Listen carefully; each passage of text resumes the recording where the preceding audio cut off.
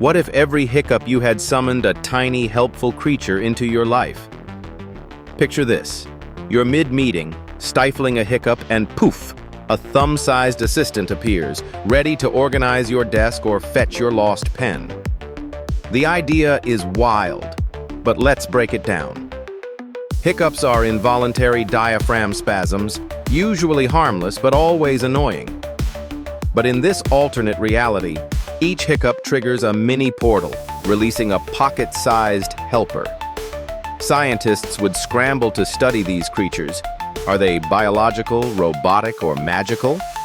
Would they vanish after a task, or stick around to binge-watch your chores?